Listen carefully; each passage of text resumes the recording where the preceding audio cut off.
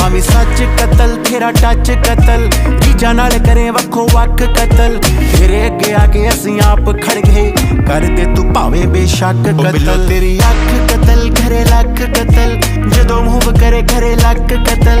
असला भी लोड़ करे डल जा छड़ अखां नाल करने तू बस कतल तेरी अख कतल करे लक कतल जदों मूव करे करे लक कतल असला लोड़ करे डल जा छड़ अखां नाल करने तू बस कतल हैंड ग्रेनेड वांगू ताड़ ताड़ करी जावे कह रहा आईब्रो दी बनी तलवार कही जावे लगे पीले